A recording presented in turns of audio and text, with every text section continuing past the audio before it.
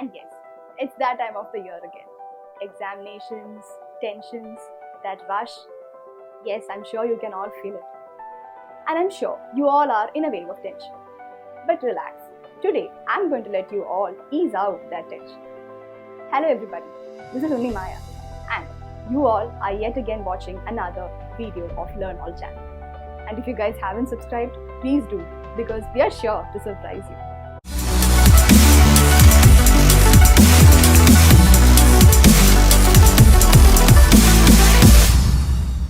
Apart from knowing what's in the syllabus, what you're supposed to learn and all, it's also important to know what kind of resources you should be reaching out to for the right kind of preparation. So today I'm going to talk about that or discuss about that. What or which are the important resources, as in books and materials, you all should be referring to for MPhil entrance examinations, PG entrance examinations, as well as NET examinations.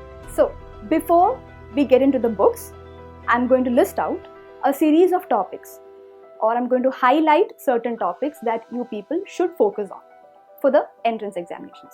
They are as follows: general psychology, as we all know, social psychology, abnormal psychology, developmental psychology, as well as statistics and research methodology.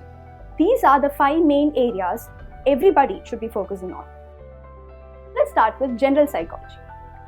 For general psychology, we'd be recommending 3 main books. And the first one being Introduction to Psychology by Morgan and King. Secondly, Themes and Variations by Wayne Wheaton. And lastly, Introduction to Psychology by Atkinson and Hilgards. Why am I referring or recommending these 3 books to other books, or in contrast to other books, is because all these 3 offer a very wide and a very deeper understanding of the basics of the subject. And the next sub-area being social psychology. For social psychology, we'd recommend Social Psychology by Barron. Now, why am I recommending this book? Simply because it provides specific, precise, as well as layman language explanation of all the various concepts and topics in social psychology. And I'm sure that is what you all require, and that is what you all are searching for. So that's what you'll find in this textbook. And now coming to the next sub-area being developmental psychology. For developmental psychology, we are recommending Lifespan Development by Sandrock. And then the next sub-area being statistics and research methodology. Now, you can expect quite a few number of questions from this area, and so you all should be very alert and focused while going through statistics and research methodology. So the books we are recommending for statistics and research methodology are 1, Research Methodology by Kothari, and second one, Tests and Measurements by A.K. Singh. And the last sub-area being abnormal psychology. And for abnormal psychology, we are recommending Carson and Butcher's Abnormal Psychology. Why? Because this textbook provides a very deep and a very accurate understanding of the various psychological disorders as well as the psychotherapies. Now, apart from the 5 sub-areas that I had mentioned before, there are also certain other important areas of psychology.